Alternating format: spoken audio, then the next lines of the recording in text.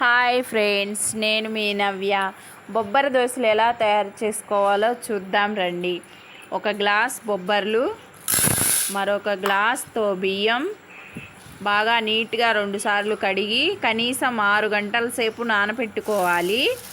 నానిన తర్వాత పిండిని చాలా లూజ్గా కాకుండా కొంచెం థిక్గా పిండి వేసుకోవాలి. పిండి వేసిన తర్వాత పెనం హీట్ చేసుకొని దోశలు వేసుకోవాలి. మా ఛానల్ని ఇప్పుడే చూస్తున్నట్టయితే లైక్ చేయండి, కామెంట్ చేయండి, షేర్ చేయండి. మీరు కూడా ఈ దోశలు ఇంట్లో ట్రై చేసి ఎలా వచ్చినాయో కామెంట్ చేయండి. దోశలు వేస్తుంది మా వారు.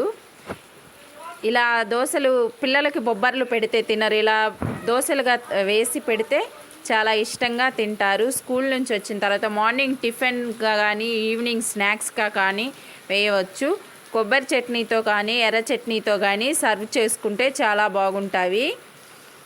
నేను మాత్రం ఈ ఛానల్ ఓపెన్ చేసింది, ఈ ఛానల్ సక్సెస్ అయితే ఎంతో కొంత ఇన్కమ్ వస్తే మా వారికి ఏదో కొంచెం హెల్ప్గా ఉంటుందని ఈ ఛానల్ని ఓపెన్ చేశాను. మా వారు